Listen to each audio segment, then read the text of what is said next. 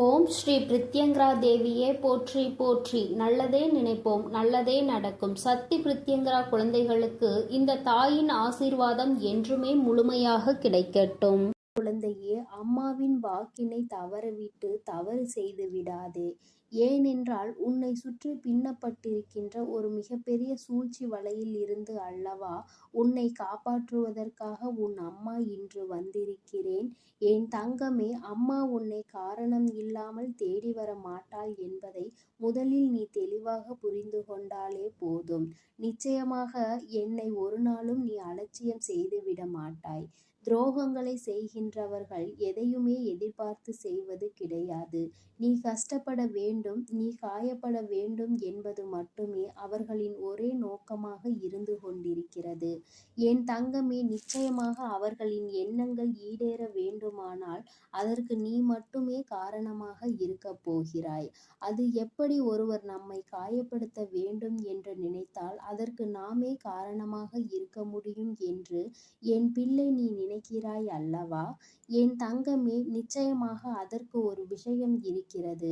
அது என்னவென்று நான் சொல்கிறேன், அதை நீ புரிந்து கொள்ள வேண்டும்.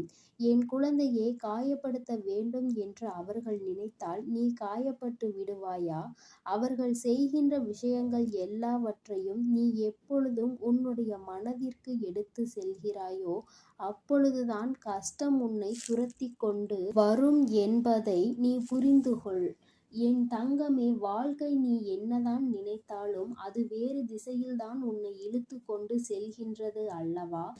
துரோகங்களை செய்கிறவர்கள் உன்னை சுற்றி எப்பொழுதுமே அவர்கள் உன்னை எப்பொழுதுமே கண்காணித்து கொண்டே இருப்பது போன்ற ஒரு உணர்வை உனக்குள் ஏற்படுத்தி கொண்டுதான் இருக்கின்றார்கள்.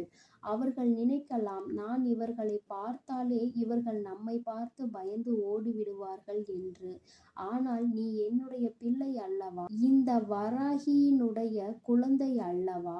நிச்சயமாக யாரை பார்த்தும் நீ ஒரு நாளும் பயம் கொள்ள மாட்டாய் என்பது நான் நன்கு அறிந்த விஷயம்தான். ஆனால் என் பிள்ளைக்கு மனதில் இருக்கின்ற பயத்தையும் நான் போக்கித் தர வேண்டும் அல்லவா? அதனால்தான் இன்று உன் வராகி அம்மா உன்னை தேடி வந்திருக்கிறேன்.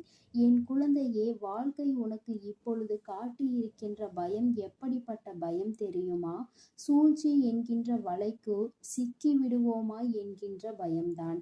நாம் எப்பொழுதுமே நல்லதை தானே செய்து கொண்டிருக்கிறோம். நமக்கு மட்டும் ஏன் வாழ்க்கையில் எப்பொழுதும் இது போன்ற பிரச்சனைகள் வந்து கொண்டே இருக்கிறது என்று என் பிள்ளை நீ நினைக்கலாம். நிச்சயமாக உன்னுடைய அந்த நினைப்பினை அம்மா பொய்யாக்க விரும்பவில்லை.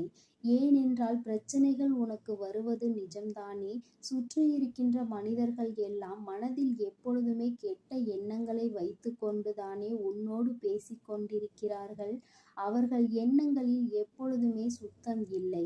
ஏனென்றால் அவர்கள் தன்னைத்தானே பெரிதாக நினைத்து கொண்டு உன்னை எதுவோ வாழ்க்கையில் எதுவும் தெரியாதது போல நினைத்து கொண்டு உனக்கு தீமைகளை செய்து கொண்டிருக்கிறார்கள். என் குழந்தையே, என்னதான் அவர்கள் உனக்கு செய்ய நினைத்தாலுமே இந்த வராகி அம்மா ஒரு நாளும் அதற்கு அனுமதி கொடுக்க மாட்டாள் என்பதை நீ புரிந்து கொள்ள வேண்டும். என் தங்கமே, நீ நினைத்தாலும் நினைக்காவிட்டாலும் நான் உன்னுடைய வாழ்க்கைக்குள் இருக்கிறேன் என்பதை ஒரு நாளும் மறந்து விடாதே. வராகி அத்தனை சாதாரணமானவள் எல்லாம் கிடையாது. உன்னை காப்பாற்றுவதற்கு எந்த நேரத்தில் நீ என்னை அழைத்தாலும் நான் ஓடோடி வரதான் செய்வேன். ஒரு நாளும் என் பிள்ளையை நான் தவிக்க விட்டுவிட மாட்டேன். இன்று உனக்கு சோதனையை கொடுக்க வேண்டும் என்று நினைப்பவர்கள் நிச்சயமாக இந்த வராகியிடம் இருந்து ஒரு நாள் நல்லதொரு தண்டனையை பெறுவார்கள். அதை பெறுவதற்கான தகுதியை அவர்கள் வளர்த்து கொண்டிருக்கிறார்கள் என்பதை முதலில் நீ புரிந்து கொள்.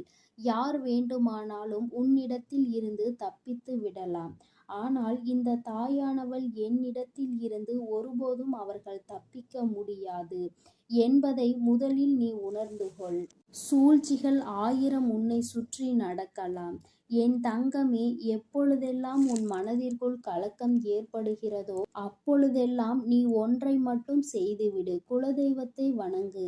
என் தங்கமே, உன்னுடைய இல்லத்தில் இருக்கின்ற குலதெய்வத்திற்கு ஒரு மஞ்சள் துணியில் 1 ரூபாயோ அல்லது 11 ரூபாயோ உன்னால் முடிந்த காணிக்கையை, உன்னால் எத்தனை ரூபாயை முடிந்து வைக்க முடியுமோ அதை முடிந்து உன்னுடைய குலதெய்வத்தை மனதார வழிபட்டு அவர்களை நினைத்து கொண்டு உன்னுடைய பூஜை அறையில் வைத்துவிடு.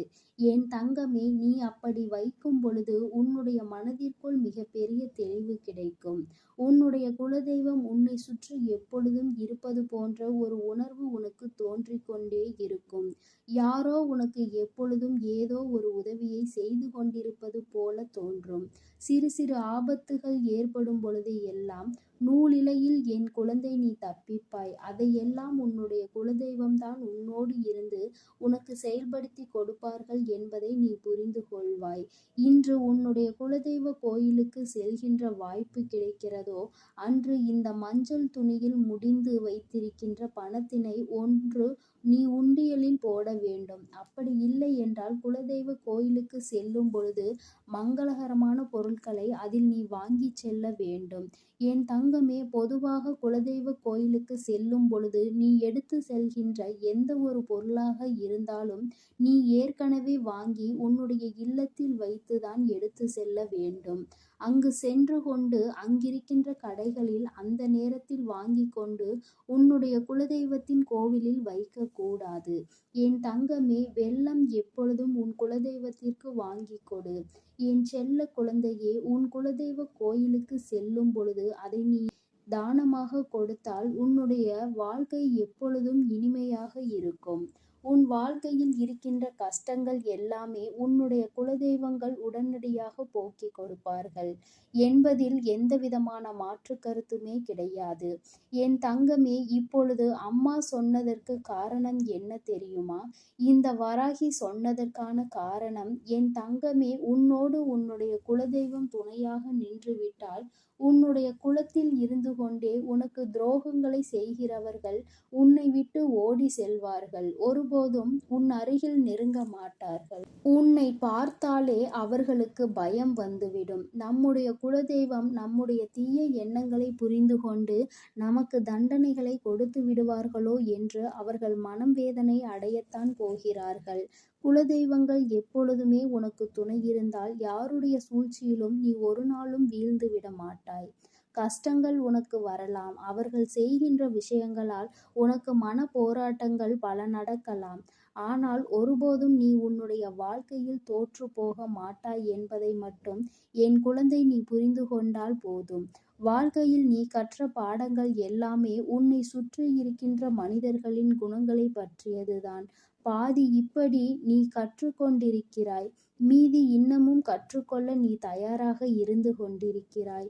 என் குழந்தையின் மனதிற்குள் இருக்கின்ற சில வேதனைகளுக்கு உன்னுடைய குலதெய்வத்திடம் இருந்து உனக்கு நல்ல தீர்வு கிடைக்கத்தான் செய்யும். அம்மா உன்னுடைய கஷ்டத்திற்கு நல்ல பதிலை இப்பொழுது கொண்டு வந்திருக்கிறேன். உன்னை நான் நிச்சயமாக இந்த சூழ்நிலையில் இருந்து காப்பாற்றி விடுவேன். என்னோடு உன்னுடைய குலதெய்வமும் உனக்கு துணையாக நின்று கொண்டிருக்கிறார்கள் என்னும் பொழுது நிச்சயமாக உன்னுடைய மனதிற்குள் மிகப்பெரிய தெளிவு பிறந்திருக்கும் அல்லவா? யாராலும் உன்னை எதுவும் செய்துவிட முடியாது என்ற எண்ணம் உனக்குள் வந்திருக்கும் அல்லவா? என் தங்கமே, இந்த எண்ணங்களை தான் அம்மா எப்பொழுதும் உன்னிடத்தில் இருந்து எதிர்பார்த்து கொண்டிருக்கிறேன். என் குழந்தையே, எப்பேற்பட்ட சூழ்நிலையிலும் மனம் துவண்டு விடக்கூடாது. சூழ்ச்சிகளை செய்வதற்காக தானே உறவினர்கள் என்றும் இருக்கிறார்கள். சூழ்ச்சிகளை உனக்கு எப்பொழுது கொடுக்க வேண்டும் என்று தானே அவர்கள் காத்து கொண்டிருக்கிறார்கள். அப்படி இருக்கும் பொழுது நீ அவர்களை நினைத்து வேதனைப்படாமல் தெய்வங்களை உன்னுடைய கைக்குள் நீ போட்டு வைத்துக்கொள். ஏனென்றால் நீ தெய்வத்தின் மீது நம்பிக்கை வைத்து உண்மையான அன்பு வைத்து அவர்களின் பாதமே கதி என்று சரணடைந்து கிடப்பாயானால் அவர்கள் உன்னை விட்டு வேறு எங்கும் செல்ல மாட்டார்கள் என்பதை என் குழந்தை நீ புரிந்து கொண்டால் போதும். எப்பொழுதுமே குலதெய்வத்தினுடைய புகைப்படம் இருந்தால் உன் இல்லத்தில் வைத்து நீ தினமும் பூஜித்து வரலாம். அடிக்கடி செல்ல முடியாதவர்கள், குலதெய்வ கோயிலில் தூரமாக இருப்பவர்கள் இதுபோன்று செய்து கொள்ளலாம்.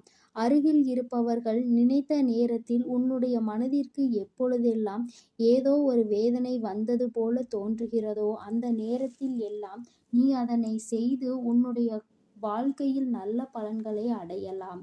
அவர்களை வணங்க வேண்டும் என்று நினைத்தால் அவர்கள் உன்னை ஆசீர்வதிக்க வந்து விடுவார்கள்.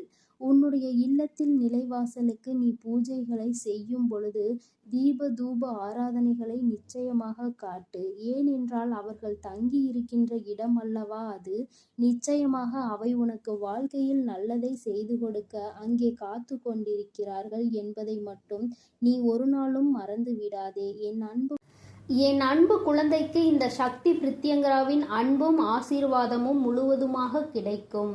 ஓம் ஸ்ரீ பிரித்யங்கரா தேவியே போற்றி போற்றி. ஓம் ஸ்ரீ பிரித்யங்கரா தேவியே போற்றி போற்றி.